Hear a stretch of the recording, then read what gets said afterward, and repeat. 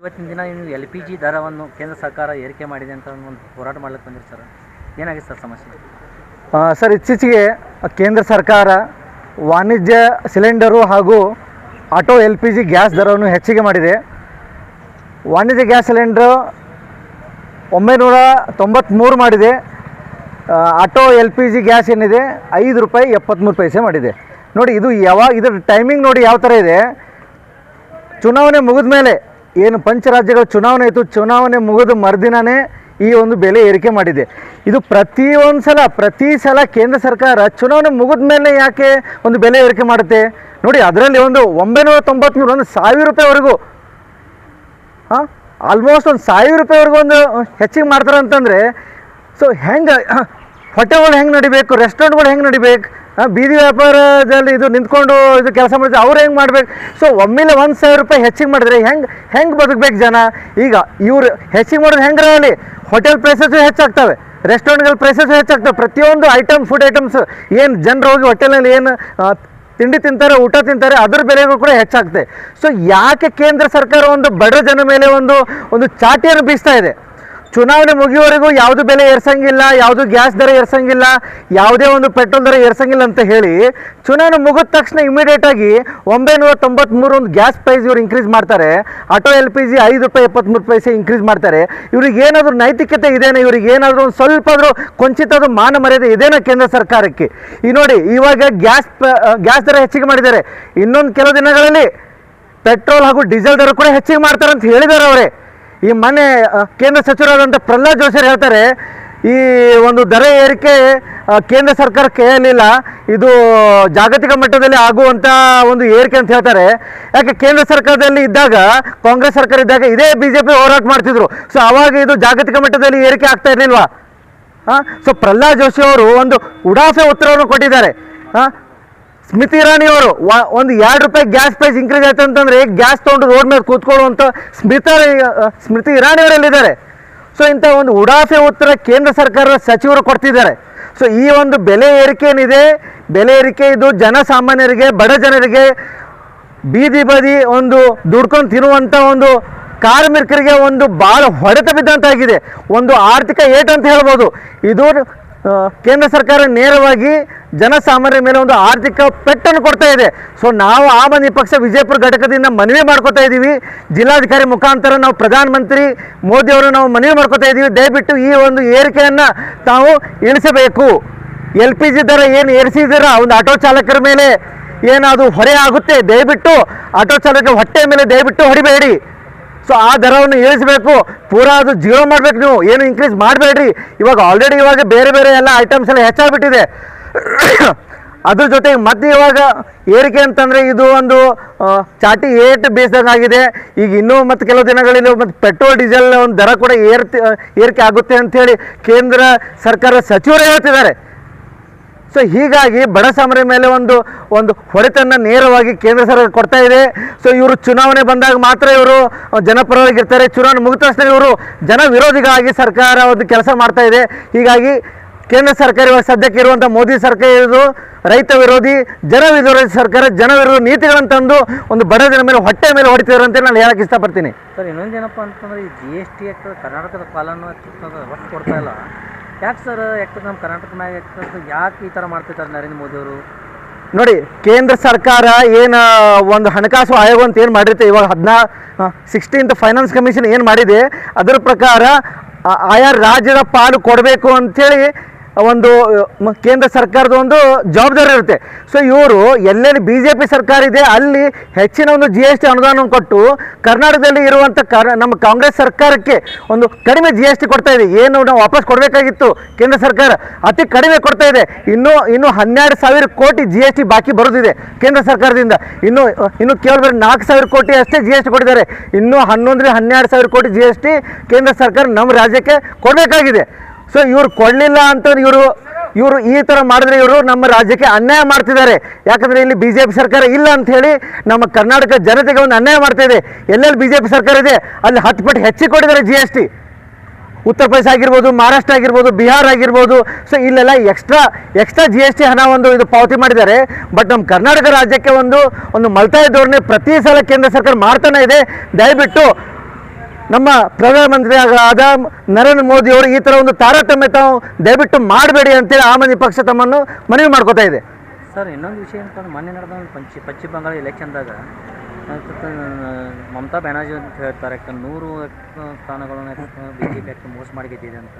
ಇದ್ರ ಪ್ರಕಾರ ನೀವು ಆಮ್ ಆದ್ಮಿ ಪಕ್ಷದಿಂದ ಏನು ಹೇಳಕ್ಕೆ ಇಷ್ಟಪಡ್ತೀರಿ ಸರ್? ನೋಡಿ, ಇತ್ತೀಚೆಗೆ ಪಂಚರಾಜ್ಯಗಳಲ್ಲಿ ನಡೆದಂಥ ಚುನಾವಣೆ, ಅದರಲ್ಲೂ ಪಶ್ಚಿಮ ಬಂಗಾಳದಲ್ಲಿ ನಡೆದಂಥ ಚುನಾವಣೆ, ಅಸ್ಸಾಂನಲ್ಲಿ ನಡೆದಂಥ ಚುನಾವಣೆ, ಇದು ಪ್ರಜಾಪ್ರಭುತ್ವ ವಿರೋಧಿಯಾಗಿ ಇಲ್ಲಿ ಒಂದು ಚುನಾವಣೆ ನಡೆದಿದೆ. ಇದು ಚುನಾವಣೆ ಅಲ್ಲ, it is a murder of democracy. ಇಲ್ಲಿ ಪ್ರಜಾಪ್ರಭುತ್ವದ ಹತ್ಯೆ ಆಗಿದೆ. ಯಾಕಂತ ಹೇಳ್ತೀನಿ, ವೆಸ್ಟ್ ಬೆಂಗಾಲ್ನಲ್ಲಿ ಚುನಾವಣೆ ಬಂದ ತಕ್ಷಣ SIR ಜಾರಿಗೆ ಮಾಡಿದ್ರು, ಸಿಸ್ಟಮೆಟಿಕ್ ಇಂಟೆನ್ಸಿವ್ ರಿವಿಷನ್ ಜಾರಿಗೆ ಮಾಡಿದ್ರು. ಆ ಜಾರಿಗೆ ಮಾಡಿದ ಮೇಲೆ ಸುಮಾರು 92 ಲಕ್ಷ ವೋಟರ್ಸನ್ನು ವೋಟರ್ ಲಿಸ್ಟಿಂದ ಡಿಲೀಟ್ ಮಾಡಿದ್ರು. ಆ ವೋಟರ್ಸನ್ನು ಡಿಲೀಟ್ ಮಾಡಿದ ತಕ್ಷಣ ಅವರೆಲ್ಲ ಸುಪ್ರೀಂ ಕೋರ್ಟ್ಗೆ ಮನವಿ ಕೊಟ್ಟಾಗ ಸುಪ್ರೀಂ ಕೋರ್ಟು 27 ಲಕ್ಷ ಜನರಿಗೆ ಅವಕಾಶ ಮಾಡಿಕೊಡ್ತೀವಿ ಅಂತ ಹೇಳಿದ್ರು. 27 ಲಕ್ಷ ಜನನ ಅವಕಾಶ ಮಾಡಿಕೊಡ್ತೀವಿ ಅಂತ ಹೇಳಿದಾಗ ಅವರು ಅವಕಾಶ ಮಾಡಿಕೊಡ್ಲಿಲ್ಲ. ಏನು ಹೇಳ್ತಾರೆ ಸುಪ್ರೀಂ ಕೋರ್ಟ್ ಜಡ್ಜು, ಚುನಾವಣೆ ಮುಗಿಲಿ, ಮುಂದಿನ ಎಲೆಕ್ಷನ್ ಓಟ್ ಹಾಕೋರಂತೆ ಅಂತ 27 ಲಕ್ಷ ಜನರು ಓಟಿಗೆ ಹೇಳ್ತಾರೆ. ಇವಾಗ ಮೊನ್ನೆ ಮಮತಾ ಬ್ಯಾನರ್ಜಿ ಏನು ಸೋತಿದ್ದಾರೆ ನಿನ್ನೆ, ಇದು ಪ್ರಜಾಪ್ರಭುತ್ವ ವಿರೋಧಿಯಾಗಿ. ನೋಡಿ, ಅಲ್ಲಿ ಸುಮಾರು ಒಂದು ಎಷ್ಟು ಅಲ್ಲಿ ಕೇವಲ 11 ಲಕ್ಷ ಓಟ್ದಿಂದ ಅಷ್ಟೇ ಸೋತಿದ್ದಾರೆ ಮಮತಾ ಬ್ಯಾನರ್ಜಿ ಅವರು. ಸುಮಾರು 100 ಓಟ್ಗಳಲ್ಲಿ ಕಳ್ಳತನ ಆಗಿದೆ ಅಂಥೇಳಿ ಇಲ್ಲಿ ಮಾಹಿತಿ ಬರ್ತಾ ಇದೆ. ಮೊನ್ನೆಯಿಂದ ನೋಡ್ತಾ ಇದ್ದೀವಿ, ಬೆಂಗಾಲ್ನಲ್ಲಿ ಒಂದು ಪ್ರಜಾಪ್ರಭುತ್ವ ವಿರೋಧಿ ಕೆಲಸ ನಡೀತಾ, ಇನ್ನೂ ಸರ್ಕಾರ ರಚನೆ ಆಗಿಲ್ಲ. BJP ಗೂಂಡಗಳು ರಸ್ತೆಗಿಳಿದು ಅಲ್ಲಿ ಪ್ರತಿಯೊಂದು ಅಂಗಡಿಗಳಲ್ಲಿ ಪ್ರತಿಯೊಂದು ಸಂಸ್ಥೆಗಳನ್ನು ಬೆಂಕಿ ಹಚ್ಚಿ ಧ್ವಂಸ ಮಾಡುವಂಥ ಕೆಲಸ ಮಾಡ್ತಿದ್ದಾರೆ. ಇದು BJP ಗೂಂಡಗಳು ಮಾಡುವಂಥ ಕೆಲಸ ಇದು ವೆಸ್ಟ್ ಬೆಂಗಾಲ್ನಲ್ಲಿ ಮಾಡ್ತಾ ಇದ್ದಾರೆ. ಹೀಗಾಗಿ ವೆಸ್ಟ್ ಬೆಂಗಾಲ್ನಲ್ಲಿ ಒಂದು ಜನವಿರೋಧಿ, ಒಂದು ಪ್ರಜಾಪ್ರಭುತ್ವ ವಿರೋಧವಾಗಿ ಇಲ್ಲಿ, ಅದರಲ್ಲಿ election commission of India chief election commissioner ಏನಿದೆ ಜ್ಞಾನೇಶ್ ಕುಮಾರ್, ಇಲ್ಲಿ ಸಂಪೂರ್ಣವಾಗಿ ಕೇಂದ್ರ ಸರ್ಕಾರದ ಪರವಾಗಿ ಕೆಲಸ ಮಾಡಿದ್ದಾರೆ. ಅಷ್ಟೇ ಅಲ್ಲದೆ ವೆಸ್ಟ್ ಬೆಂಗಾಲ್ ಚುನಾವಣೆಯಲ್ಲಿ 2.5 ಲಕ್ಷ ಒಂದು ಸೆಕ್ಯೂರಿಟಿ ಪರ್ಸನಲನ್ನು ಡಿಪ್ಲಾಯ್ಮೆಂಟ್ ಮಾಡಿದ್ದಾರೆ. ಏನು ಅವಶ್ಯಕತೆ ಇತ್ತು ಒಂದು ಪಶ್ಚಿಮ ಬಂಗಾಳ 2.5 ಲಕ್ಷ ಸೆಕ್ಯೂರಿಟಿ? ಯಾಕೆ? ಅದೇನು ಪಾಕಿಸ್ತಾನ ಏನಲ್ಲಿ ಭಯೋತ್ಪಾದಕರಿದ್ರ? ಅಂತ ಟ್ರಂಪ್ ಇರಾನ್ಗೆ ಒಂದು ಯುದ್ಧ ಮಾಡ್ಬೇಕಂತಂದ್ರೆ 50,000 ಒಂದು ಸೋಲ್ಜರ್ಸನ್ನು ಕಳಿಸಿದ್ರು. 50,000 ಯುದ್ಧ ಮಾಡಕ್ಕೆ ಕಳಿಸಿದ್ರೆ ನಮ್ಮ ಪ್ರಧಾನಮಂತ್ರಿ ಮೋದಿ ಅವರು ಬೈ ಹುಕ್ ಆರ್ ಕ್ರುಕ್ ಏನೇ ಆಗಲಿ ಈ ಸಲ ನಮ್ಮ ಮಮತಾ ಬ್ಯಾನರ್ಜಿ ಸೋಲಿಸ್ಬೇಕಂತ ಹೇಳಿ ಅಲ್ಲಿ 2,500 ಒಂದು security personal 2.5 lakh security personal ಕಳಿಸಿದ್ದಾರೆ. ಅಷ್ಟೇ ಅಲ್ಲದೆ SIR ಜಾರಿ ಮಾಡಿ 27 ಲಕ್ಷ ಜನರನ್ನ ಏನು ವೋಟ್ ಮಾಡ್ದಂಗೆ ಏನು ಮಾಡಿದ್ದಾರೆ, ಆ ಒಂದು 27 ಲಕ್ಷ ಜನರಿಗೆ ಏನಾದರೂ ಅವಕಾಶ ಕೊಟ್ಟಿತ್ತಂದರೆ ಇವತ್ತು BJP ಒಂದು ಗೆಲುವಿನ ಸಮೀಪ ಕೂಡ ಇರ್ತಿದ್ದಿಲ್ಲ. ಅಲ್ಲಿ ಮಮತಾ ಬ್ಯಾನರ್ಜಿ ಅವರ TMC ಆರಾಮಾಗಿ ಗೆದ್ದು ಬರೋದು ಚಾನ್ಸ್ ಇತ್ತು. ಯಾಕಂದರೆ ನೋಡಿ, ಕೇವಲ 11 ಲಕ್ಷ ಓಟ್ದಿಂದ ಸೋತಿದ್ದಾರೆ ಮಮತಾ ಬ್ಯಾನರ್ಜಿ ಅವರು. ಮತ್ತು ಪರ್ಸೆಂಟೇಜಲ್ಲಿ ಬರೀ 3 to 4% ಓಟ್ ಶೇರ್ನಲ್ಲಿ ಅಷ್ಟೇ ಸೋತಿದ್ದಾರೆ. ಅವ್ರಿಗೇನೋ ವೋಟ್ ಮಾಡಿ ಕೊಟ್ಟಿದ್ರಂದಿದ್ರೆ ಇವಾಗ BJPಯಲ್ಲಿ ನೆಲ ಕಷ್ಟ ಇತ್ತು. ಸರ್, ಹಾಗಾದ್ರೆ ನಿಮ್ಮ ಮಾತಿನ ಅರ್ಥ ಏನಪ್ಪ, ಪಶ್ಚಿಮ ಬಂಗಾಳದಲ್ಲಿ ಪ್ರಜಾಪ್ರಭುತ್ವ ಕಗ್ಗೊಲೆ ಮಾಡಿದ್ದಾರೆ BJP ಅಂತ ಅಂತೀರಿ ಸರ್? ಈಗ ನೋಡಿ, ಯಾಕೆ ಹೇಳ್ತಾ ಏನಂತಂದರೆ, ವೆಸ್ಟ್ ಬೆಂಗಾಲು ನೋಡಿ, ಇದಕ್ಕೂ ಮುಂಚೆ ಬಿಹಾರದಲ್ಲಿ ಜಾರಿ ಮಾಡಿದ್ರು, ಮಹಾರಾಷ್ಟ್ರದಲ್ಲಿ ಜಾರಿ ಮಾಡಿದ್ರು, ಹರಿಯಾಣದಲ್ಲಿ ಮಾಡಿದ್ರು. 2024ರಲ್ಲಿ 400 ಪಾರ್ ಅಂತ ಹೇಳಿದವರು ಮೋದಿ ಅವರು ಎಲ್ಲಿಗೆ ಬಂದು ನಿಂತರು? 240ಕ್ಕೆ ಬಂದು ನಿಂತರು. ಚಂದ್ರಬಾಬು ನಾಯ್ಡು ಮತ್ತು ಪವನ್ ಕಲ್ಯಾಣ್ ಅವರು ಒಂದು ಸಹಯೋಗದಿಂದ ಸರ್ಕಾರದಿಂದ ಅವರು ಇವಾಗ ಸರ್ಕಾರದಲ್ಲಿದ್ದಾರೆ, ಹೊರತಾಗಿ ಅವರು ಪೂರ್ಣ ಬಹುಮತದಿಂದಿಲ್ಲ. ಯಾಕಂದರೆ ಅವ್ರಿಗೆ ಸಿಕ್ಕಿರುವಂಥ ಮತ ಕೇವಲ 2040 ಓಟು. ಇವರಿಗೆ 2024ರಲ್ಲಿ ಸಿಗಲಾರ್ದಂಥ ಒಂದು ಮೆಜಾರಿಟಿ ವೆಸ್ಟ್ ಬೆಂಗಾಲ್ನಲ್ಲಿ 200 ಮ್ಯಾಲೆ ತಗೋತಾರಂತಂದರೆ ಇದು ನಂಬಕ್ಕೆ ಆಗಲಾರ್ದು. ನೋಡಿ, ಅದರಲ್ಲಿ ಹರಿಯಾಣದಲ್ಲಿ ಕೇವಲ 9 ಸೀಟ್ ಗೆದ್ದಿದ್ರು, ಅದೇ ರಾಜ್ಯ ಪೂರ್ಣ ರಾಜ್ಯ ಗೆದ್ದರು. ಮಹಾರಾಷ್ಟ್ರದಲ್ಲಿ ಕೇವಲ 12 ಸೀಟ್ ಗೆದ್ದಿದ್ರು MP ಎಲೆಕ್ಷನಲ್ಲಿ, ಪೂರ್ಣ ರಾಜ್ಯ ಗೆದ್ದರು. ಬಿಹಾರದಲ್ಲಿ ಕೇವಲ 17 ಸೀಟ್ ಗೆದ್ದಿದ್ರು, ಪೂರ್ಣ ಬಿಹಾರ ರಾಜ್ಯ ಗೆದ್ದರು. ಇದೇ ವೆಸ್ಟ್ ಬೆಂಗಾಲ್ನಲ್ಲಿ ಕೇವಲ ಒಂದು 12-13 ಸೀಟ್ ಗೆದ್ದಿದ್ದು, ಪೂರ್ಣ ರಾಜ್ಯ ಗೆದ್ದರು. ಇವರು 2024 ಲೋಕಸಭೆ ಎಲೆಕ್ಷನ್ ಗೆಲ್ಲಾರ್ದವರು ಇಲ್ಲಿ ಪ್ರತಿಯೊಂದು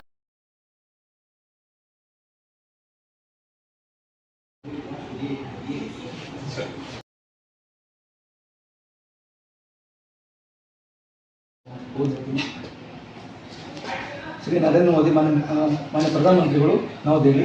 ವಿಷಯ: ಕೇಂದ್ರ ಸರ್ಕಾರದ ಅಮಾನುಷ ವಾಣಿಜ್ಯ ಗ್ಯಾಸ್ ಸಿಲಿಂಡರ್ ಮತ್ತು ಆಟೋ LPG ದರ ಹೆಚ್ಚಳವನ್ನು ತಕ್ಷಣ ಹಿಂಪಡೆಯುವಂತೆ ಒತ್ತಾಯ ಮಾಡುತ್ತದೆ ಆಮ್ ಆದ್ಮಿ ಪಾರ್ಟಿ. ಮಾನ್ಯರೇ, ಆಮ್ ಆದ್ಮಿ ಪಾರ್ಟಿ ವಿಜಯಪುರ ಜಿಲ್ಲಾ ಘಟಕದ ವತಿಯಿಂದ ನಾವು ತೀವ್ರ ವಿರೋಧ ಮತ್ತು ಆಕ್ರೋಶದೊಂದಿಗೆ ಈ ಮನವಿಯನ್ನು ಸಲ್ಲಿಸುತ್ತಿದ್ದೇವೆ. ಕೇಂದ್ರ ಸರ್ಕಾರವು ಸಾಮಾನ್ಯ ಜನರ ಜೀವನವನ್ನು ತೀವ್ರವಾಗಿ ಹೊಡೆಯುವಂತಹ ಕ್ರೂರ ತೀರ್ಮಾನವನ್ನು ತೆಗೆದುಕೊಂಡಿದೆ. ವಾಣಿಜ್ಯ ಗ್ಯಾಸ್ ಸಿಲಿಂಡರ್ 993 ಮತ್ತು ಆಟೋ LPG ₹5.73 ದರಗಳನ್ನು ಗಣನೀಯವಾಗಿ ಹೆಚ್ಚಿಸುವುದು ಸಾಮಾನ್ಯ ಜನತೆ ಮೇಲೆ ನಡೆದ ಆರ್ಥಿಕ ಹಲ್ಲೆಯಾಗಿದೆ. ಈ ನಿರ್ಧಾರವು ಜನವಿರೋಧಿ ಮತ್ತು ಬಂಡವಾಳಶಾಹಿ ಪರ ನೀತಿಯ ಸ್ಪಷ್ಟ ನಿದರ್ಶನವಾಗಿದೆ. ಈ ಅಮಾನುಷ ದರ ಹೆಚ್ಚಳದಿಂದಾಗುತ್ತಿರುವ ವಿನಾಶಕಾರಿ ಪರಿಣಾಮಗಳು ಏನೆಂದರೆ ಸಣ್ಣ ಹೋಟೆಲ್ಗಳು, ತಿಂಡಿ ಸ್ಟಾಲ್ಗಳು, ಧಾರ್ಮಿಕ ಮಂಟಪಗಳು, ಕ್ಯಾಟರಿಂಗ್ ವ್ಯವಹಾರಗಳು ದಿನೇ ದಿನೇ ನಷ್ಟದ ಕಂದಕಕ್ಕೆ ಜಾರುತ್ತಿವೆ. ಆಟೋ ಟ್ಯಾಕ್ಸಿ ಚಾಲಕರು ಇದಾಗಲೇ ಜೀವನ ನಿರ್ವಹಣೆಗಾಗಿ ಹೋರಾಡುತ್ತಿರುವಾಗ ಆಟೋ LPG ದರ ಹೆಚ್ಚಳವು ಅವರನ್ನು ಪೂರ್ಣವಾಗಿ ಬೀದಿಗೆ ತಳ್ಳುವಂತೆ ಮಾಡುತ್ತಿದೆ. ಸಾಮಾನ್ಯ ಹಾಗೂ ಮಧ್ಯಮ ವರ್ಗದ ಕುಟುಂಬಗಳು, ಚಿಕ್ಕ ವ್ಯಾಪಾರಸ್ಥರು ಹೆಚ್ಚುತ್ತಿರುವ ಬೆಲೆಯ ಭಾರದಡಿ ಕುಸಿದು ಹೋಗುತ್ತಿದ್ದಾರೆ. ಇದು ತೀವ್ರ ಹಣದುಬ್ಬರವನ್ನು ಹುಟ್ಟುಹಾಕಿ ಜನರ ಜೀವನವನ್ನು ನರಕವನ್ನಾಗಿ ಮಾಡುತ್ತಿದೆ. ಈ ದರ ಹೆಚ್ಚಳವು ಸಾಮಾನ್ಯ ಜನತೆಯ ರಕ್ತ ಹೀರುವ ನೀತಿಯಾಗಿದೆ. ಕೇಂದ್ರ ಸರ್ಕಾರವು ಅದಾನಿ, ಅಂಬಾನಿ ಹಾಗೂ ಇನ್ನಿತರ ಬಂಡವಾಳಶಾಹಿಗಳ ಲಾಭಕ್ಕಾಗಿ ಜನರನ್ನು ಶೋಷಿಸುತ್ತಿದೆ ಎಂಬ ಸ್ಪಷ್ಟವಾಗಿದೆ. ಆಮ್ ಆದ್ಮಿ ಪಾರ್ಟಿ ತೀವ್ರವಾಗಿ ಒತ್ತಾಯಿಸುವುದೇನೆಂದರೆ ವಾಣಿಜ್ಯ ಗ್ಯಾಸ್ ಸಿಲಿಂಡರ್ ಮತ್ತು ಆಟೋ LPG ದರ ಹೆಚ್ಚಳವನ್ನು ತಕ್ಷಣ ಹಿಂಪಡೆಯುವಂತೆ ಕೇಂದ್ರ ಸರ್ಕಾರಕ್ಕೆ ಒತ್ತಡ ಹೇರಲು ಜಿಲ್ಲಾಧಿಕಾರಿಗಳು ಕ್ರಮ ಕೈಗೊಳ್ಳುವುದು, ಈ ಜನವಿರೋಧಿ ನೀತಿಯ ವಿರುದ್ಧ ಜಿಲ್ಲಾ ಮಟ್ಟದಲ್ಲಿ ವರದಿ ಸಲ್ಲಿಸಿ ಕೇಂದ್ರಕ್ಕೆ ಶಿಫಾರಸು ಮಾಡುವುದು, ಜನರ ಸಮಸ್ಯೆಗಳನ್ನು ಗಂಭೀರವಾಗಿ ಪರಿಗಣಿಸಿ ತ್ವರಿತ ಕ್ರಮ ತೆಗೆದುಕೊಳ್ಳುವುದು. ಈ ಅನ್ಯಾಯದ ವಿರುದ್ಧ ಜನತೆಯ ಆಕ್ರೋಶ ಹೆಚ್ಚುತ್ತಿದೆ. ಜಿಲ್ಲಾಧಿಕಾರಿಗಳು ಈ ಮನವಿಯನ್ನು ಗಂಭೀರವಾಗಿ ಪರಿಗಣಿಸಿ ಜನಸಾಮಾನ್ಯ ಪರವಾಗಿ ಧ್ವನಿ ಎತ್ತುವಂತೆ ಆಮ್ ಆದ್ಮಿ ಪಾರ್ಟಿ ವಿಜಯಪುರ ಜಿಲ್ಲಾ ಘಟಕವು ಆಗ್ರಹಿಸುತ್ತದೆ.